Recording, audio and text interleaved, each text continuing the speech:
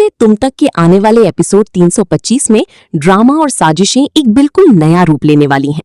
पिछले एपिसोड में हमने देखा था कि कैसे आर्यावर्धन एक परफेक्ट पति बनकर अनु को उसके मायके ले गया था और मानसी की चालों के बीच अनु का गृह प्रवेश हो चुका था।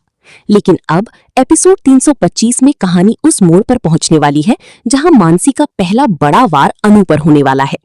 एपिसोड की शुरुआत में आप देखेंगे कि अनु अपनी पहली रसोई की रस्म के लिए तैयार हो रही है। नई नवेली दुल्हन के रूप में अनु पूरे परिवार के लिए कुछ मीठा बनाने का फैसला करती है। पूरा परिवार, खासकर आर्यावर्धन, अनु के हाथ का खाना खाने के लिए बेहद एक्साइटेड होता है। लेकिन मानसी इस मौके को पूरी तरह बर्बाद करने की कसम खा चुकी है। वो रसोई में अनु की गैर मौजूदगी का फायदा उठाकर खाने में कुछ ऐसा मिला देगी या पूरी डिश को खराब कर देगी जिससे घर के बड़ों के सामने अनु की बदनामी हो सके। ट्विस्ट तब आता है जब खाना टेबल पर परोसा जाता है। मानसी की चाल के कारण जैसे ही घर का कोई बड़ा सदस्य पहला निवाला खाएगा, माहौल अचानक तनावपूर्ण हो जाएगा। मानसी तुरंत चिल्लाना शुरू कर देगी कि अनु को तो घर संभालना आता ही नहीं है और वो आर्यावर्धन के लायक नहीं है।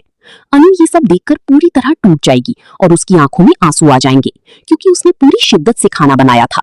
लेकिन दोस्तों, इस पूरे ड्रामे के बीच सबसे बड़ा हाईलाइट होने वाला है आर्यावर्धन का स्टैंड। जब पूरी महफिल में अनु को कोसा जा रहा होगा, तब आर्यावर्धन चुप नहीं बैठेगा।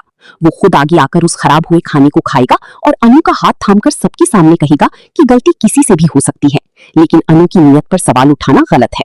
आर्यावर्धन का ये सपोर्ट देखकर मानसी के चेहरे का रंग उड़ जाएगा और उसका ये पहला प्लान पूरी तरह फ्लॉप हो जाएगा।